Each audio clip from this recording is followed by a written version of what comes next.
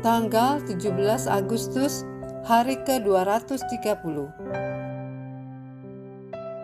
Bacaan Yehezkiel pasal 12 sampai pasal 15. Tanda yang berbicara.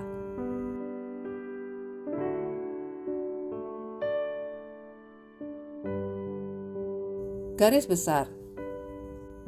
Kalau Yeremia sering memakai ilustrasi dan pelajaran objek dalam pelayanannya, Yehezkiel melangkah lebih jauh.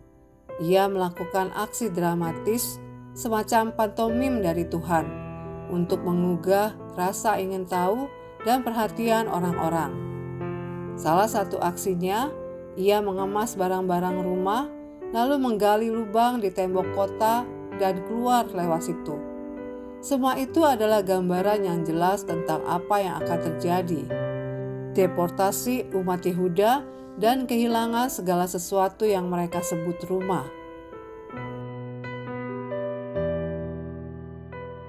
Renungan harian. Di pasal 15, Tuhan memberi Yehezkiel perumpamaan tentang Yerusalem sebagai pohon anggur yang tidak berbuah. Pohon anggur hanya berguna kalau menghasilkan buah. Untuk perabot, kayunya rapuh. Untuk bahan bakar, apinya lemah. Jika tidak berbuah, ia praktis tidak berguna. Itulah gambaran Yerusalem di mata Tuhan. Mereka seharusnya menjadi kesaksian bagi namanya, tetapi malah tenggelam dalam dosa dan penyembahan berhala. Karena itu, satu-satunya jalan adalah membuang mereka. Cara yang keras, tetapi perlu untuk menyatakan, "Akulah Tuhan." Bagaimana dengan Anda? Apakah hidup Anda menghasilkan buah roh? Dalam Galatia pasal 5 ayat 22-23. Atau Anda lebih mirip pohon anggur tanpa buah yang hanya menempati lahan? Tekan sehelai daun di antara halaman Alkitab Anda sebagai pengingat. Menghasilkan buah bukan sekedar pilihan. Itulah alasan Tuhan menempatkan Anda di dunia ini. Yohanes pasal 15 ayat 1-6. Karakter rohani itu seperti kebun, perlu penyiangan rutin untuk tetap subur.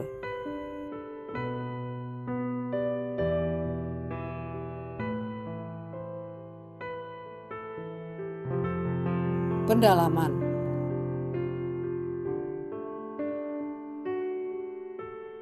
Bahasa isyarat. Yehezkiel pasal 12 ayat 1-6.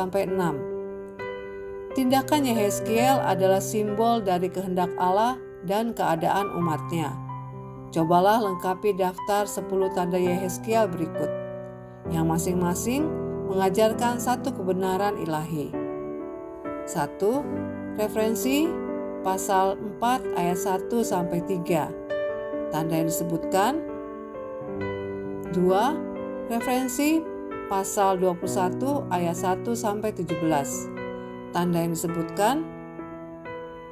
3. Referensi pasal 4 ayat 4-8. Tanda yang disebutkan. 4. Referensi pasal 22 ayat 17-31.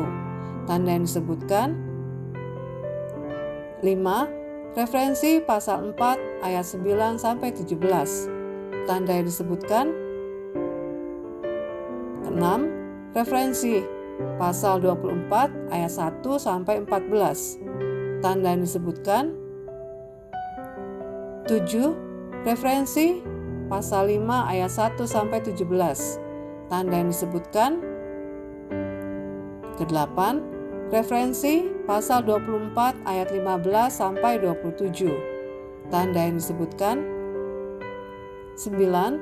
Referensi pasal 12 ayat 1-16. Tanda yang disebutkan. 10. Referensi pasal 37 ayat 15-28. Tanda yang disebutkan.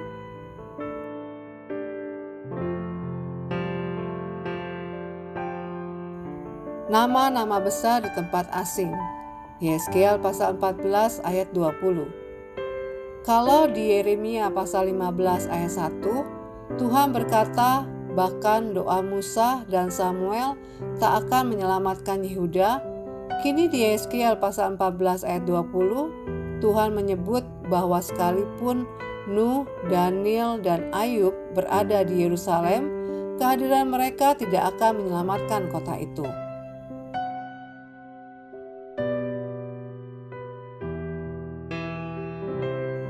Demikian renungan hari ini. Jika Anda ingin mendengarkan bacaan Alkitab hari ini, silakan buka tautan video yang tersedia di layar Anda. Amin. Tuhan Yesus memberkati.